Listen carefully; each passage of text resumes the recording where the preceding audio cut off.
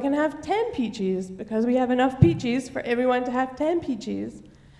And the elders said, you know, that does make sense, but we're so strict about it because you don't understand. You didn't live through the times where there were only 2 peaches.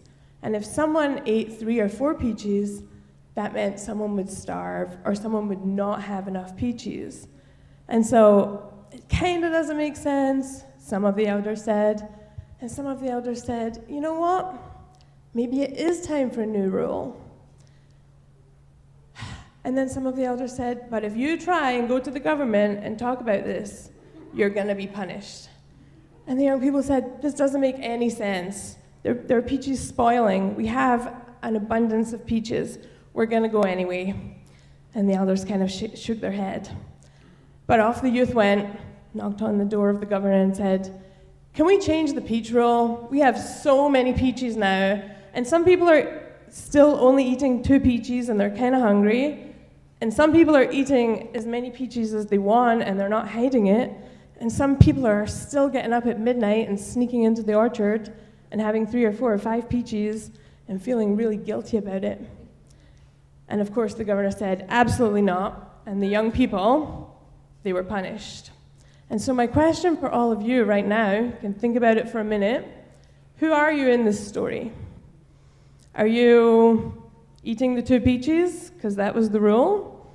Are you eating peaches at midnight and feeling guilt about it? Are you eating peaches all day long because there is abundance of peaches? Are you standing with the youth and trying to make change of the rule? Or are you enforcing the 2 peach rule? So think about it for maybe 30 seconds and then turn to your neighbor and just share who you are in this story.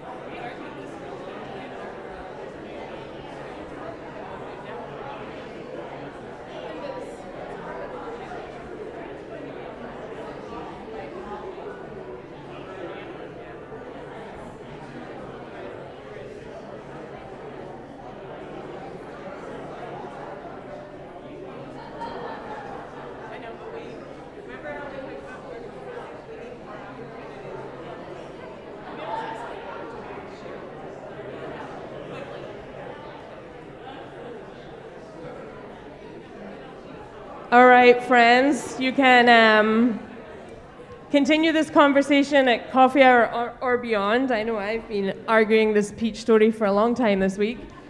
Is anyone willing to share quickly some thoughts? Anyone brave enough to share where they stand on the peach line? Raj, let me bring you the microphone.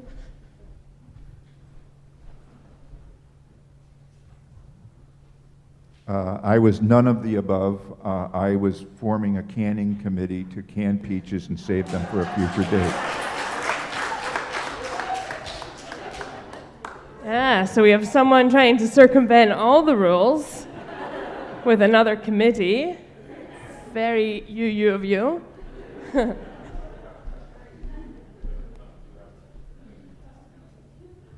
I was with the Peach Marauders, just because it's always more fun to break in at midnight. And the guilt is wonderful. Well, I'm going to take one more, and then we can share later at coffee hour. Okay, clearly, let's share the peaches. Everybody gets their fair share. But I'm also the person who would say, let's protect the peach trees, because we need the peach trees there to have peaches in the future. Thank you. Great answers. Thank you all. Oh, Emmett, did you have an answer? We're going to take one more answer via Liz.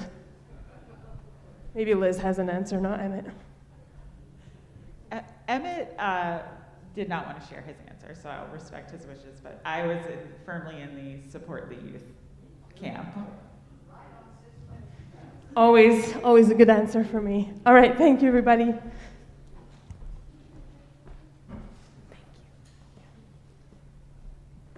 I was in the Eat the Peaches and Support the Youth camp. Maybe not at midnight, because that's bedtime. Will you join us in the spirit of meditation and prayer? I invite you to settle into your seat. If you have something in your hands, to set it down. Cast your eyes down or close them. I will read our prayer, and then we will have a few minutes of silence, followed by singing Spirit of Life. Our prayer this morning is by Lynn Cox, titled, Bring Us Close to the Earth.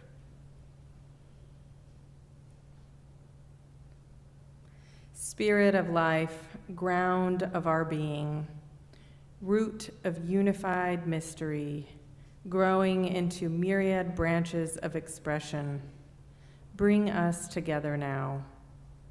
Bring us close to the earth, ear to the whispering grass, quietly, attentively, waiting with slow breaths, listening for the very stones to cry out with their rocky stories of tectonic plates meeting and parting, meeting, their mineral memories of Hadean days, molten rocks flowing and joining, their ancient legends of stars born out of the collapse of other stars. Help us to remember. Help us to piece together our oneness with matter, our oneness that matters. With one more deep breath, may we rise, star stuff walking and rolling across the surface of an impossible blue-green planet. May we join together to heal what is divided. May we find wholeness within, without, among, between. Eternal source, seed of the universe, help us to grow peace. So be it. Blessed be, and amen.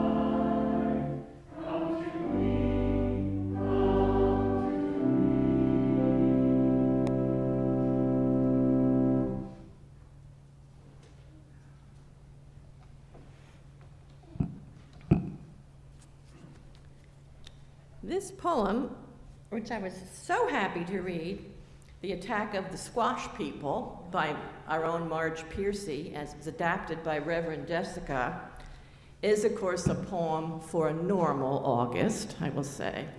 And it reminds me so much of the old joke that in the month of August, you daren't leave your car unlocked, because if you do, you will come back and find the whole back seat full of zucchini. So Marge Piercy writes, "And thus the people every year in the valley of humid July did sacrifice themselves to the long green phallic god and eat and eat and eat. They're coming, they're on us, the long striped gourds, the silky babies, the hairy adolescents, the lumpy, vast adults like the trunks of green elephants. Recite 50 zucchini recipes. Zucchini tempura, creamed soup, sauteed with olive oil and cumin, tomatoes and onion. Frittata, casserole of lamb, baked topped with cheese, marinated, stuffed, stewed, driven through the heart like a steak. Get rid of old friends. They too have gardens and full trunks. Look for newcomers. Befriend them in the post office. Unload on them and run. Stop tourists in the street. Take truckloads to Boston. Give to your Red Cross. Beg on the highway. Please take my zucchini. I have a disabled mother at home with heartburn.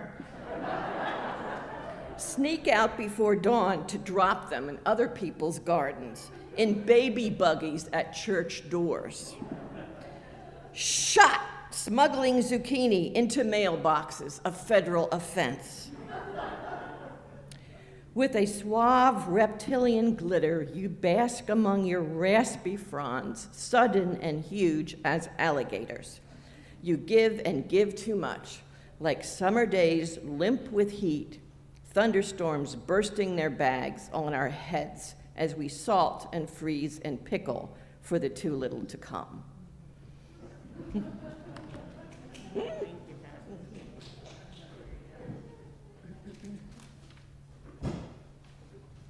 So when I planned this service, I had no idea we would have another summer of drought.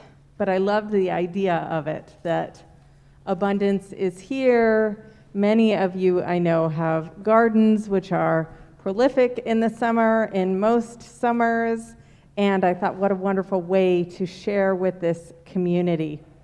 And then we had a drought. So I can already see from some people who brought some stuff up early in the service, we do have some zucchini people. We also have tea bags. People got creative with their abundance. I love this. We have some tomatoes, rosemary. So now is the time in the service where if you brought something to share with this community, I'm going to invite you to come up. You're going to come up in a counterclockwise pattern, so you can come up and put your stuff on the table and then go back to your seat. And while people are bringing stuff up, we will sing From You, I always mess up on these words without reading them. From you I receive, to you I give, together we share, and from this we live. The words are in your order of service. So let's sing together as people bring their abundance forth.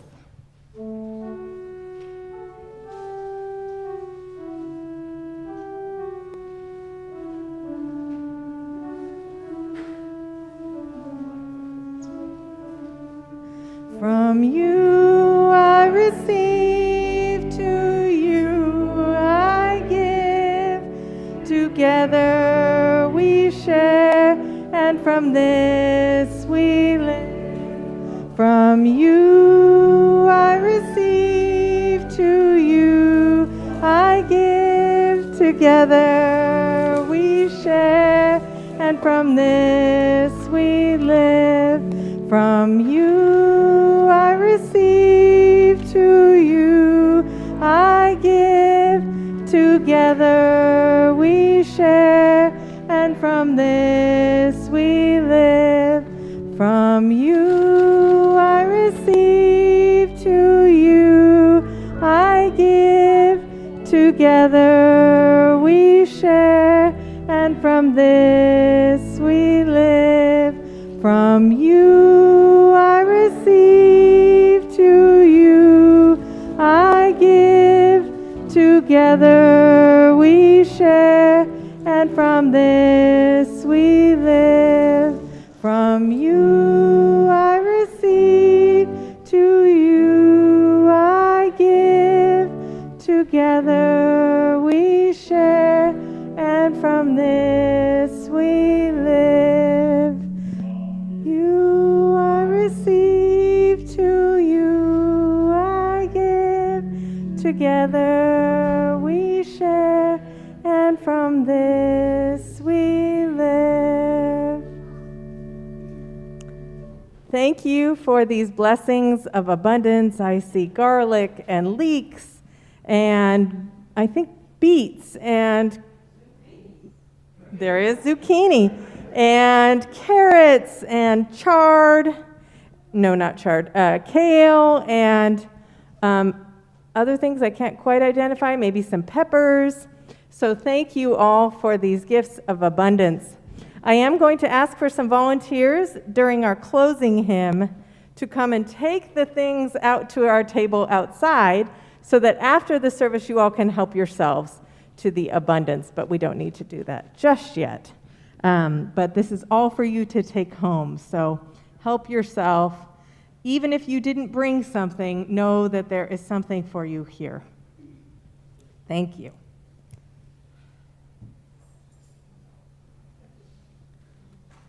And speaking of abundance, each week we have the practice of splitting our offertory plate, with half of what's collected going to the work of First Parish Brewster and the other half going to a worthy organization. We also seem to be missing our offertory baskets, so if anybody knows where those went, that would be great. Oh, Rand found one. Okay, we've got one. So if anybody knows where the other ones are, that'd be great. This morning, our offering is a split plate with Oxfam America. Oxfam is a global organization working to end the injustices of poverty and to build lasting solutions. Oxfam helps people build better futures for themselves, holds the powerful accountable, saves lives in disasters, and coordinates with other organizations and the UN to help displaced people and refugees.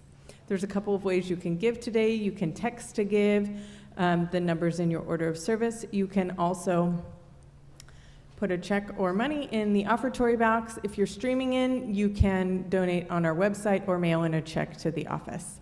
However you choose to give, thank you for your generosity. The offertory will now be gratefully received.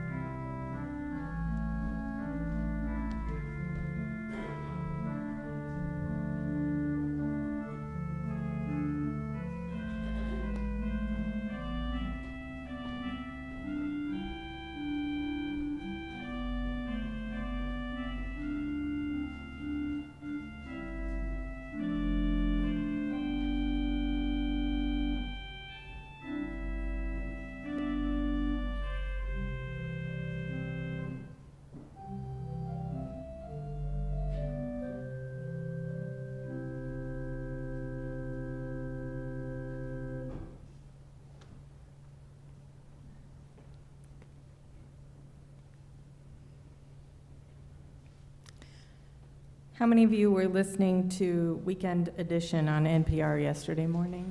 Anyone? Wow, I'm surprised. No one was. Well, there was an interview with Gaia Vince, who's the author of the book Nomad Century. She writes that large regions of the world are becoming unlivable, lethal for 3 to 5 billion of us, and will be so by the year 2050. She says we can survive, but to do so will require a planned and deliberate migration of the kind humanity has never before undertaken. In this book, she talks about how climate migration will change us. And specifically for the US, how people in the lower states who are living with heat at such high temperatures will migrate northwards, how people will move back into the Midwest from the south, and how people will move further north.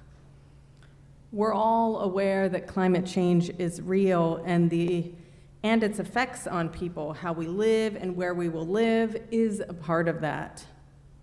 And climate change calls us to act because of our 7th principle, which recognizes that we are all part of an interdependent web, responsible for each other and for this planet. And as Pat talked about, we've seen the effects of climate change here on the Cape this summer, here in the state, with very brown and barren lawns. Our gardens have not been full of abundance this year because we've had to ration water, but this looks lovely. And every time it rains, it's almost like you can feel the earth sighing in relief. I sigh too, having a little bit of respite from this parched summer. Even in the midst of our changing world, even in the midst of what is unknown and scary, and the way that the future seems in a large part out of our hands, nature can still be our teacher and invites us to wonder, even in the midst of drought. Nature reminds us that we are interconnected and interdependent, and we are responsible for each other. And we will continue to remain informed about what the future is going to look like. We can read the news articles, watch the news, we'll hear about this impending climate migration, and we can go lie down with the wood drake, as Wendell Berry calls us to. He famously said, "When despair for the world grows in me, and I wake in the night at the least sound in fear of what my life and my children's lives may be, I go and lie down where the wood drake rests in his beauty on the water and the great heron feeds.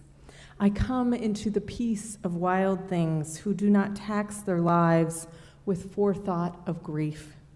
I come into the presence of still water, and I feel above me the day-blind stars waiting for their light. For a time, I rest in the grace of the world, and I am free."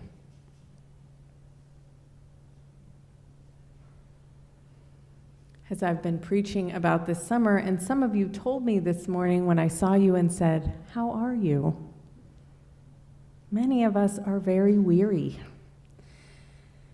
Maybe you have been resting in the grace of the world, and maybe you need to rest in the grace of the world. Remember that you don't have to go far to tend your spirit. For some, it could be that tree right outside your door that you sit against and feel against your body, that you feel hold you as the world shows its worst. Maybe it's your favorite beach that you can't wait until all these visitors leave so you can enjoy it a little less crowded for the rest of the year. Maybe it's sitting and watching the waves lap at the shore and reflecting on your place in the nature of things. For many, their spiritual practices revolve around nature, around spending time in nature and reflecting on it. For those who were here last week, you know that I stress spiritual practices a lot. That's going to be a theme this year. And that I begin my staff supervision by asking staff how their spiritual practices are going. Therefore, people of First Parish Brewster, how are your spiritual practices? How many of you can say, I have a daily practice that centers me and brings meaning to my life? I'd like to see a show of hands if anyone is brave enough. Okay, a few of you. Now, this isn't the spiritual Olympics, so you don't get a gold medal. But this is an invitation. For those of you who raised your hands, this is fantastic. Keep up with it. For those of you who didn't, this isn't an invitation to feel guilty. It's an invitation to possibility. You know those times when life just shows its worst? When someone close to you dies, when the news is too much to bear? What are those things that you go to or that you think you should go to in that moment that helps soothe you? One of them is typically community. That's why you're here, right? The other is spiritual practices. When my daughter Penelope first died, I journaled every single day because I needed to let out what I was feeling. I knew that it was just for myself, to capture the immediacy of grief that I was feeling, but that I had to have that outlet. I also had to move in nature. I had to go outside once a day, no matter what the weather was like, just to take a breath of air outside of my apartment. And it helped me get outside of myself, if only for a few moments at a time. In the 1980s in Japan, the term Shiren Yoku was coined. Does anybody know what that means? I'm guessing you've heard of it in English, forest bathing.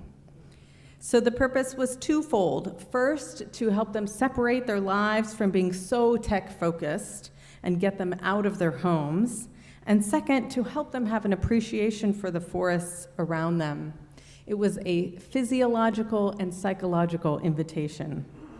They then began to do research into it in the 90s, and guess what they found?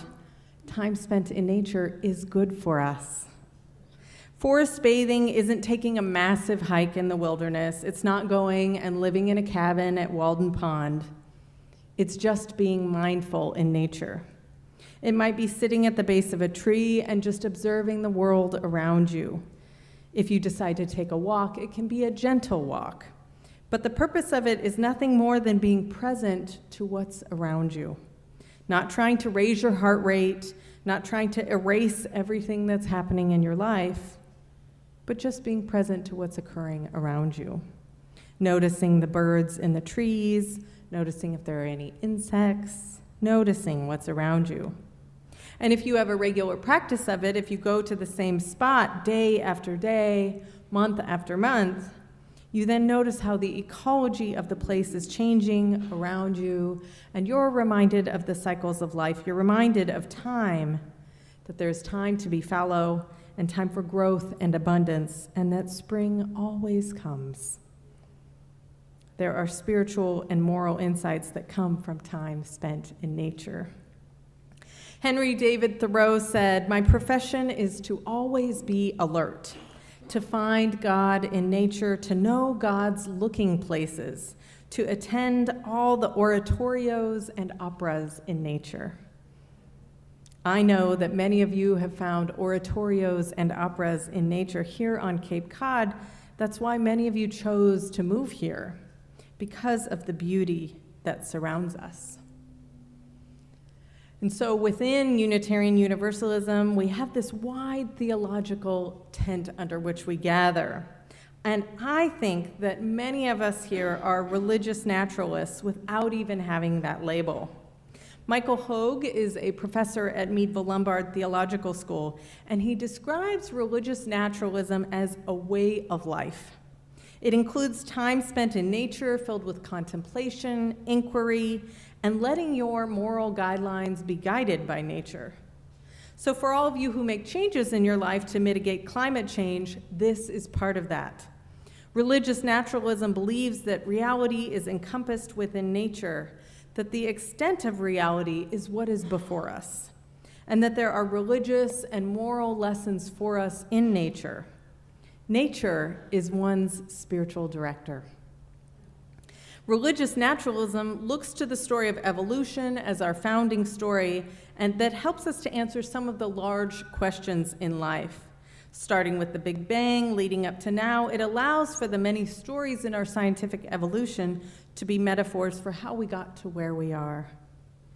Michael Hogue says, religious naturalism's sacred text is an epic that arcs from the genesis of the universe with the Big Bang and the swirling of the earliest cosmic elements to the birth pangs of stars and planets and the constellations of galaxies.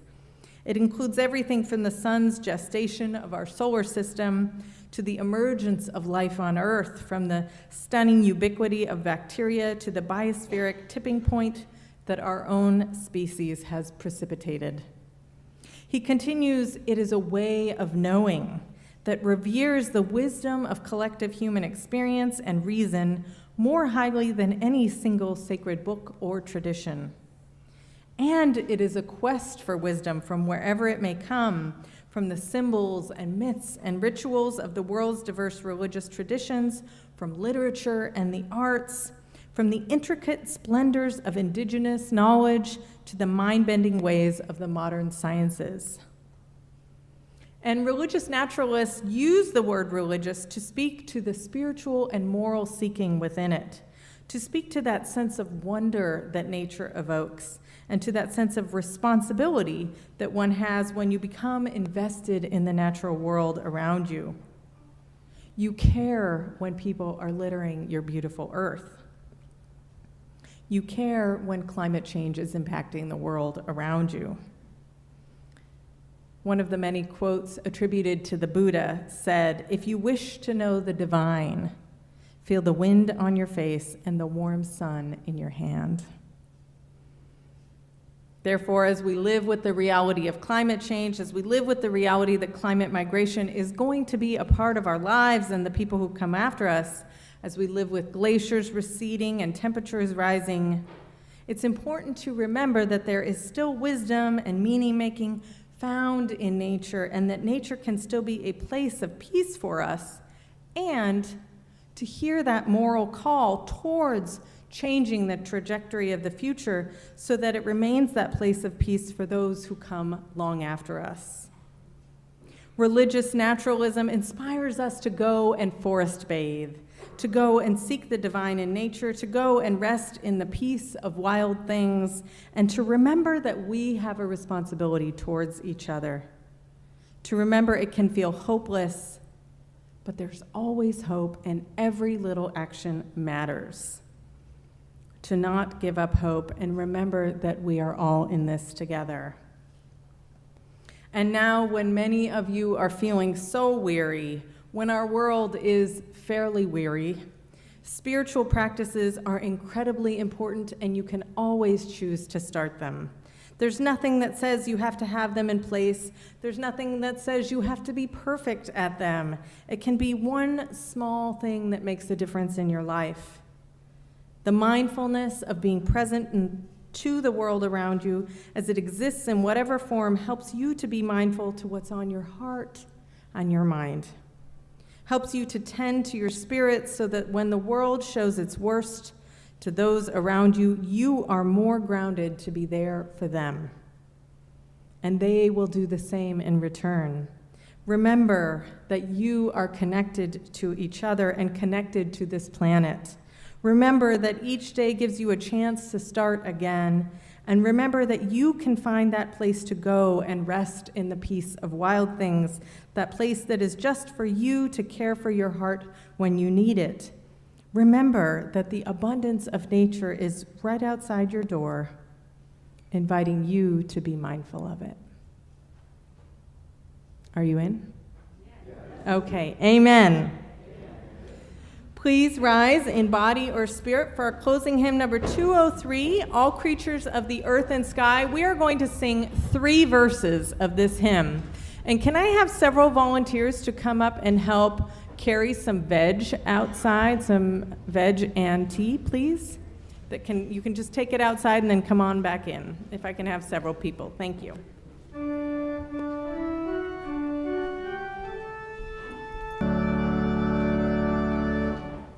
Please remain risen for our benediction. I invite you to place your hands on your heart, and you can cast your eyes down or close them. And I will read again the piece of Wild Things by Wendell Berry. When despair for the world grows in me, and I wake in the night at the least sound, in fear of what my life and my children's lives may be, I go and lie down where the wood drake rests in his beauty on the water, and the great heron feeds. I come into the peace of wild things who do not tax their lives with forethought of grief. I come into the presence of still water, and I feel above me the day-blind stars waiting with their light. For a time I rest in the grace of the world and am free. May you find places this week to rest in the grace of the world. Amen. If you want to listen to a couple of songs on the organ, you're welcome to stay in the sanctuary. Otherwise, you're welcome to join us for coffee hour, and our Memorial Garden service will start at 11:30.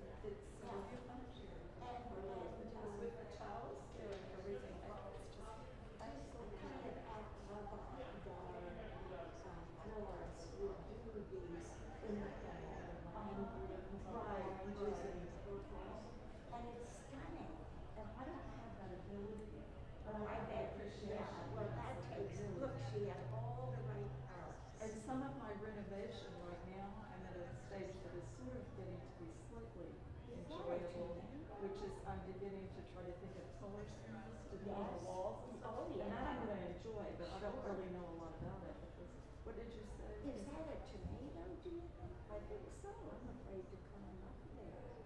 But it looks as big as a little pumpkin. Oh my gosh, it is. It's like an incredible, it's like an incredible heirloom. Is that a big boy? Really?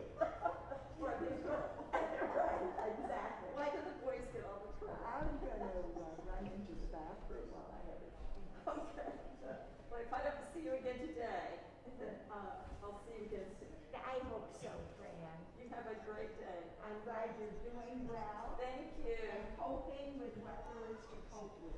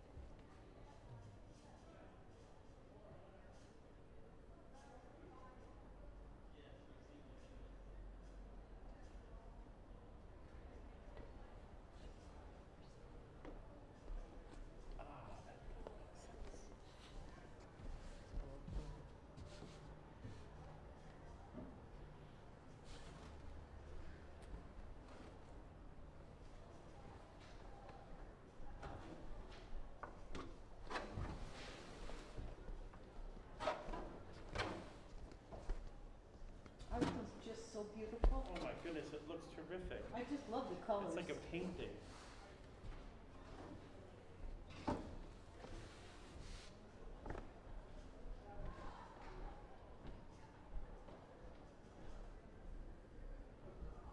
So thank you for the flowers, gentlemen. You're very welcome.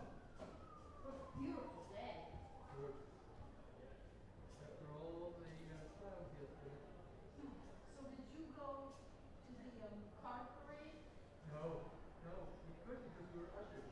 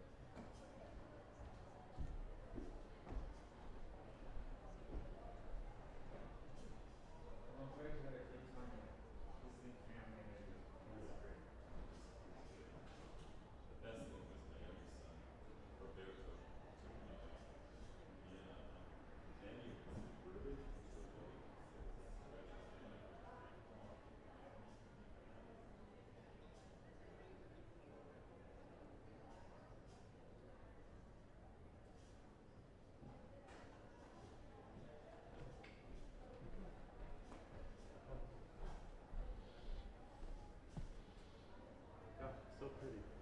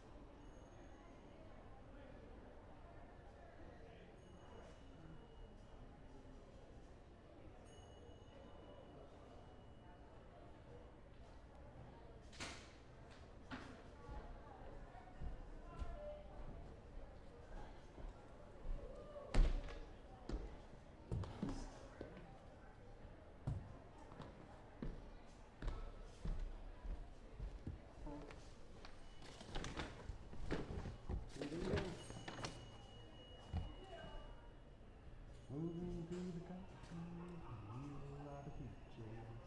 Moving through the country.